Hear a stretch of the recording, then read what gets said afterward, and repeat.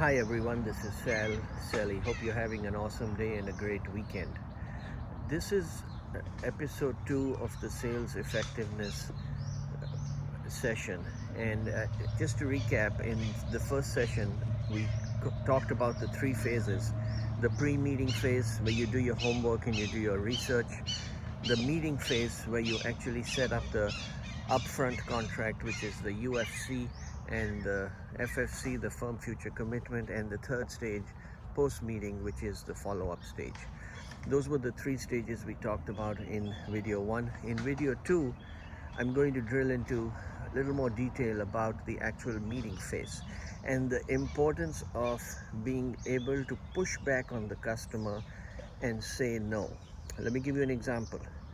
In a recent customer meeting, we had provided the customer with a proposal for our services, and he got back to us, and in the next meeting told us that he had got a proposal from another provider that was 1/3 the price.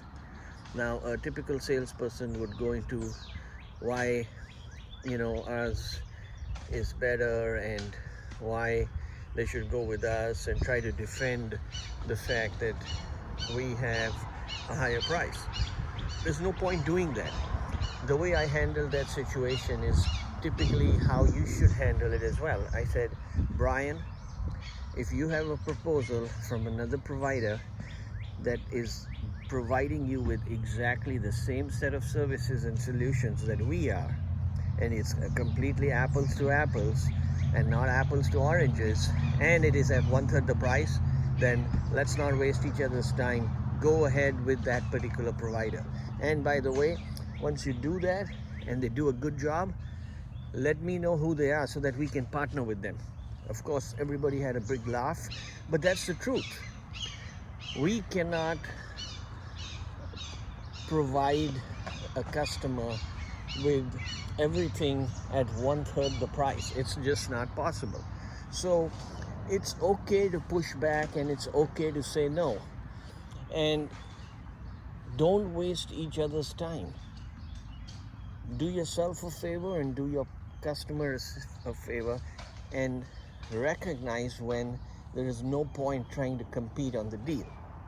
Now, when we said that, and when I said that, I specifically asked the client, and I tried to find out if there were differences between the 2 proposals. Is the competitor going to manage the project, or are you going to be involved? He said they're going to manage it. We were going to manage it too. I said, are the resources going to be on site or remote? He said they're going to be remote. Our resources are going to be remote too. I said, what about software and licensing costs? And he said, well, those are separate. Our proposal had put them as part of the actual overall cost.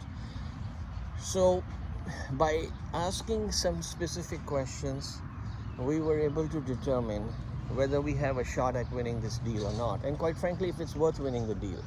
Because if you try to win every deal, you're going to end up spending and wasting a lot of time. So you have to be selective in which deals you want to pursue and which deals you want to let go.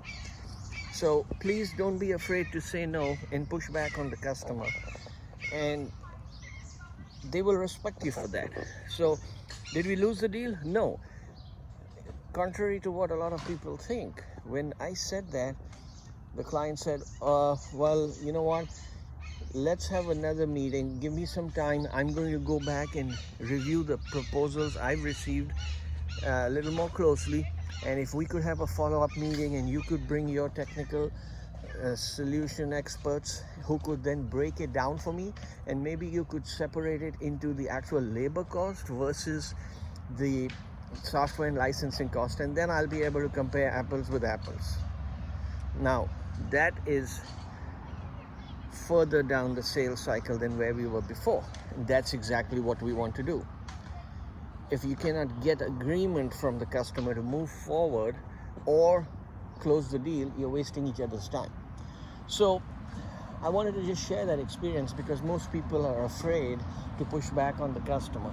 Now, when we had the second meeting, we were able to bring down the price quite a bit, and we asked the customer the important question.